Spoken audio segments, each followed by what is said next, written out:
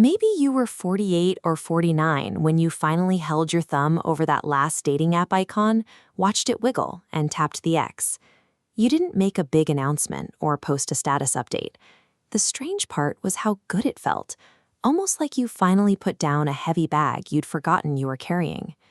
This shift is huge. According to Pew Research, 29% of adults between 40 and 54 are living without a romantic partner. Among those singles, 41% say they are not dating and aren't looking to start. They are simply done. When people hear those statistics, they immediately try to diagnose the situation. They assume it must be bitterness or a deep fear of getting hurt again. But for many of these women, the choice is much more deliberate. They don't sound like people who have reached a breaking point. They sound like people who have stopped doing something that stopped working a long time ago. That sense of quiet isn't a symptom of depression. It's the first real decision these women have made for their nervous systems in decades. To understand why opting out feels like health rather than defeat, we have to look at the specific psychological framework that's been under construction since their childhood. A huge portion of this generation grew up as latchkey kids who came home to empty houses every afternoon. Whether the door was left unlocked or the key was hidden in the mailbox, you were usually on your own until evening. You made your own snacks, figured out your own problems, and watched your own back. This environment forced a specific neurological adaptation. Somewhere along the way, self-sufficiency stopped being a skill and became a core part of your identity. You didn't just learn how to be independent, you learned that being independent was the only thing that kept you safe. This is how hyperindependence becomes a default protective shield. The nervous system learns early on that depending on others is a massive risk, so it builds an internal system that runs entirely on self-reliance. This solitary survival code didn't turn off when these women reached adulthood. They carried it directly into their marriages and careers, using it to keep the entire system upright while quietly suppressing their own needs to keep the peace. When you ask a woman who has spent 40 years with that specific nervous system wiring to open herself up to a stranger on an app at 52, you're asking her to override a pattern her brain views as essential protection. Psychology uses the term allostatic load to describe the total wear and tear on the body and mind from chronic stress. It isn't about one massive disaster, but 1,000 tiny things stacked on top of each other year after year until the system starts to buckle. Think about the last 20 years for many of these women. She was likely working full-time while raising children and managing every logistical detail of the household, tracking school events, remembering dietary needs, and monitoring the emotional temperature of the whole family. Her body was keeping a tally the entire time. This long-term drainage is reflected in the numbers. 69% of all divorces are initiated by women. Most people assume these choices are impulsive, but the data suggests she wasn't blindsided by the end of the marriage. Her husband was. She spent a decade asking to be seen or begging for help with responsibilities that should never have been hers alone.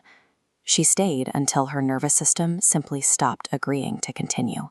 The real trauma wasn't the divorce itself. It was the 15 preceding years spent slowly draining a battery that nobody even acknowledged existed. Now that she's out, her nervous system does the math almost instantly. Starting over means starting that labor all over again with someone who doesn't know her history. Learn to connect with people in a world built on eye contact and the organic reason to walk across a room.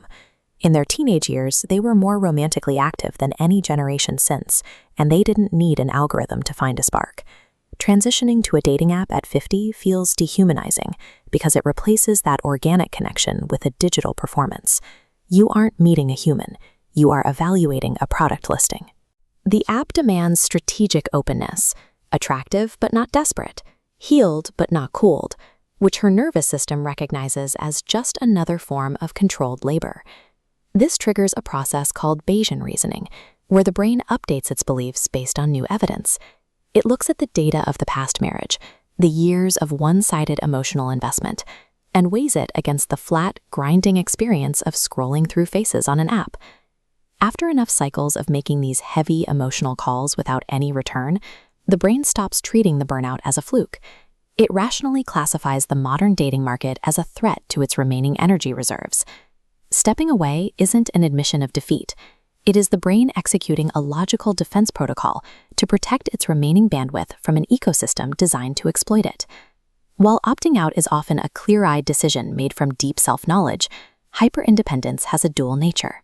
Sometimes the wall that used to be a shield can slowly turn into a room you rarely leave, protecting you from the possibility of connection rather than the exhaustion of a performance. You can tell these states apart by looking at the texture of the stillness. The primary question is whether being alone feels like active relief or static resignation. Relief has a specific, vibrant energy to it, while resignation feels flat and heavy, like a door you've just stopped trying to open. A genuine peace pivot is easy to spot. These women are sleeping through the night without the low-level anxiety of disappointing someone. They are busy rebuilding friendships that got pushed aside and picking up hobbies they set down at 28 because there simply wasn't any room for them back then. But if solitude has become a default setting, hyperindependence can cross a dangerous line. All human connection as a life-threatening danger. When that happens, the goal isn't to force yourself back onto a dating app. It is about rebuilding the capacity for safe connection in much smaller ways.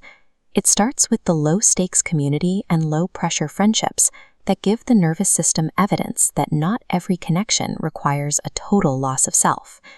Choosing your own peace over a constant performance marks the end of a long, exhausting education. You are finally graduating from a version of love that cost you everything you had into a life that is entirely, texturedly your own.